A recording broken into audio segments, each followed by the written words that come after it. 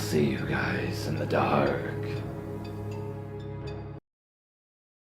So this happened when my friend and I were 15 years old. We both lived super close to each other, so I'd often go to her place after school to do homework and hang out. A little info, her house has a park that pretty much backs up to it, and a side entrance to the park is literally right next to her house. It's typically only used by people in the neighborhood, but you are immediately in the thickest part of the woods when you enter from that entrance. So it was a Friday, and we really didn't have any homework for the weekend. Her mom had dropped us off at the house and left to do errands, so we decided to go on a walk with her dog. We live in a very good neighborhood with low crime, and we were very familiar and comfortable with this park. Plus, there being two of us with a dog during the day, we weren't at all worried, so we change out of our school uniforms, get some hiking shoes on, and make our way to the park entrance. We start our walk, and the day is a perfect day for being outside. We instantly fall into comfortable conversation as we head to our favorite part of the woods. Sorry if this is confusing, but I'll try to explain the trail as best as possible. So there's a couple miles of winding paved trail until we run into the first split. If you go left, it will lead you to the main park area with swings, restrooms, picnic area, and all of that. If you go right, it leads to a bridge that will take you to another trail option. We went right to head over the bridge since the trail we wanted was that way. This is where things got weird. We began making our way over the bridge and see a runner heading our direction. We both moved to the side to let him pass, and I just got a really bad feeling. You know the one. Hair standing up on ends, heart speeding up, and just a true sense of alarm by this person. He passed us and stared back at us over his shoulder a while, but I mostly decided I was being overly paranoid or he was staring at the dog because who doesn't like looking at a cute dog? After all, he seemed pretty average and non-threatening in general. Still, I tucked it in the back of my mind just to stay a little more aware of our surroundings. So we continue on our walk, which leads to another two trail options.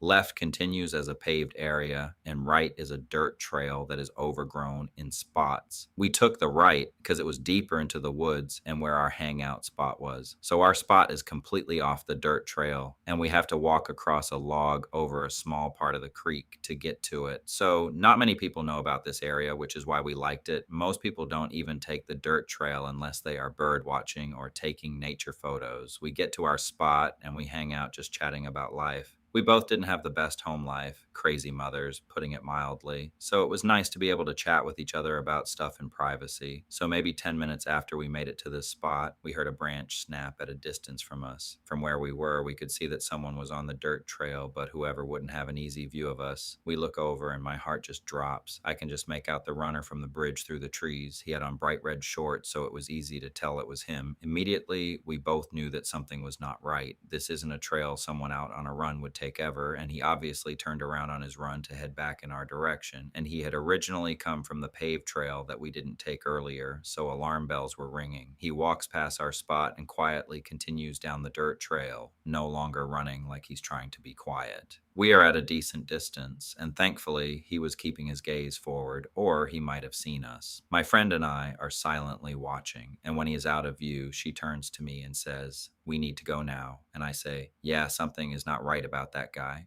My friend just nods yes, so she lets her dog off of her leash. She is very good at following, and she would be able to move faster without the lead, and so would we. I do have to mention this dog will not be helpful if the situation escalates because she failed at being a service dog because she was overly friendly to strangers.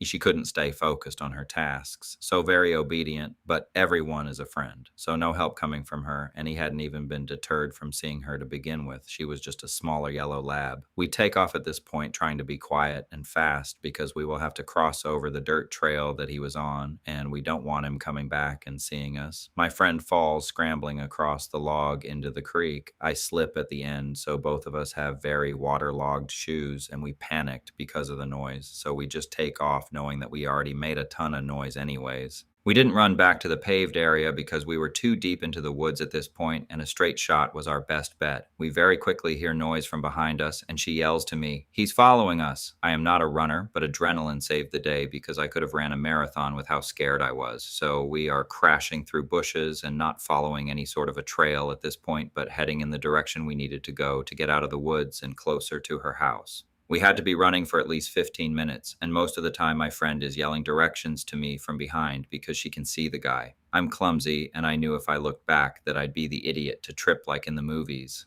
At some point, we either lost him or he gave up, but we finally broke through the woods into the field between the woods and the houses in her neighborhood. So we jogged close to the fences, heading to her house, scanning the edge of the woods and trying to get oxygen back into our lungs. We never saw anything once we made it out of the woods, but we didn't feel safe until we got inside her house. We were a mess. She's soaked up to her thighs, and I'm soaked up to my calves. At one point, I wrapped my hands around branches coated with thorns so my hands are bleeding. She has some rips in her pants and shirt, and her dog was perfectly fine because she didn't fall into the creek like an idiot and avoided all the thorns.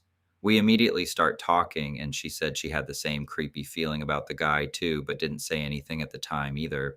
She said she noticed that he had given her dog kind of a dirty look, which is what made her feel uncomfortable. She had also caught a few glimpses of his face while we were running from him, and she said he looked absolutely livid. Her mom got home and we told her what happened. Now her mom is not someone I'm a fan of. She merely tells us he was probably an off-duty cop coming to check on us to make sure we were okay, since we were two young girls alone in the woods. Neither of us bought her explanation, but she managed to make us feel like idiots. I never mentioned anything to my mom because she would have just blamed us for going on a walk by ourselves, so nothing came of it. That was also the last time we went into those woods, just the two of us. We only ever went with a group of friends or her older brother, but we never saw him again. As an adult, I realized how truly messed up the situation was. The guy had to have been 6 feet 2 inches and in his 40s. I was 5 feet 1 inch, and my friend was 5 feet 3 inches. We both looked even younger than 15 because I still had people at restaurants automatically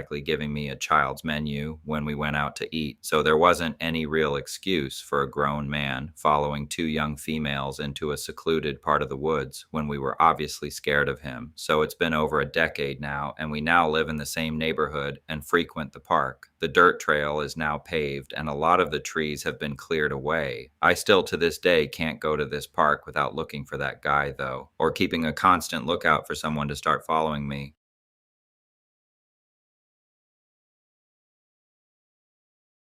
I live in the UK, and in autumn, it gets dark at around 4 p.m. There was a school autumn break that week, so all the kids were at home, so that means my girlfriend's brother was home too. I'd been with her for a year at that point, so her family knew me pretty well, and her brother enjoyed my company. She'd recently been pretty stressed out. Her parents were going out across the country for the day, so she had to look after her brother, but I thought that I'd give her a day to herself so she can just cool off. I asked her parents if I could look after their son for the day instead, and they agreed. So I came around at 8 a.m., and they let me in before they set off. My girlfriend's brother woke up about an hour later, and she followed shortly afterwards. We went out for breakfast at a local cafe together and went back to her house when we were done. And once I dropped her off, I took her brother to the park. We got there at about 2 p.m. and the place was pretty packed. Eventually, the sun started going down and the place was completely empty by 4 p.m. I texted my girlfriend and told her we'd be home in a bit, and she said, "Okay." I'm going to be honest, I completely lost track of time. Me and her brother were having fun being the only two in the park. Me and her brother were stood on top of this really tall climbing frame with a slide on it. It was almost pitch black at this point, so I was using my phone as a flashlight. A notification popped up on my screen, and it was my girlfriend asking where we were. I responded, "Oops, coming home now," and told her brother we had to go. He sighed and asked if we could go down the slide, and I said yes. Before I went down, I knew what the park looked like. There were streetlights all around it, benches everywhere, some trees, and places for the kids to play. When I came out of the slide, there was something weird. A man had appeared out of nowhere and was stood beneath one of the streetlights. He had a trench coat on and a beanie hat. I immediately got my girlfriend's brother behind me and called out to the man with a friendly, "Hi there." I got a response. He started groaning. I noticed he was swaying back and forth in the light, and he had his mouth open, drooling, with a blank look in his eyes. This man made me feel really fucking uneasy. I picked little bro up and kept checking on this guy the entire time. There was an exit to my left that led to the path back home, so I left out that way and kept checking behind me every few seconds. The guy was still stood there. The path where the guy was stood merges with a big main path if you walk out through some bushes, and so does the one I walked through. I was walking down the path for about 2 minutes, periodically checking behind me, and thought I was in the clear. I wasn't. I was on a straight stretch of path with lots of streetlights when I saw him again. He was stood beneath one, looking up at it, and he was playing with something in his hands. I looked closer and realized it was a fucking knife. I kept walking and walking, checking behind me constantly. Girlfriend's little brother was so scared he had his head tucked into my chest. I noticed that the guy seemed to be moving to new streetlights whenever I turned around. Initially, I thought it was my eyes playing tricks on me, but I started counting them and realized 2 streetlights behind him had definitely turned into 5. I could faintly hear the groaning noise, and he was occasionally moaning as well. I picked up the pace a bit and turned a corner, getting into the last stretch of street before I got to my girlfriend's house. That was when I heard him behind the row of bushes. That moaning noise sounded angry, and I heard his heavy footsteps bounding down the path. The man was fucking running. I immediately broke into a sprint and didn't stop until I turned an alleyway at the front of the street and got behind my girlfriend's house. There's a big bush there, so I crouched down behind that and spammed her phone with messages to open the back gate. I hugged her brother close until she opened it for us and got us in quickly. It felt like years. I went to the front of the house and had it confirmed that I'd managed to shake him. He was now in the street, circling where I'd been, outside of the alleyway, just moments ago. He was still moaning. He had that knife in his hand still. He started kicking people's bins over. I called the police immediately, but he was gone by the time they arrived, and as far as I know, they never found him. There was a similar incident near the area a few months ago I saw in a local Facebook group, but I don't think anything came of that either. Her parents thanked me for keeping their son safe and didn't hold any ill will against me for the situation. He went back to normal pretty much the day afterwards, but he still has nightmares about the event. When my country isn't in lockdown, I'm still allowed to look after him with my girlfriend. But we haven't been to that park ever since, and I still check over my shoulder and break into a cold sweat every time I'm alone in the street. If you enjoyed this video, please subscribe, like, and hit the bell for notifications on future videos, and become a stalker of the night. And I'll see you next time.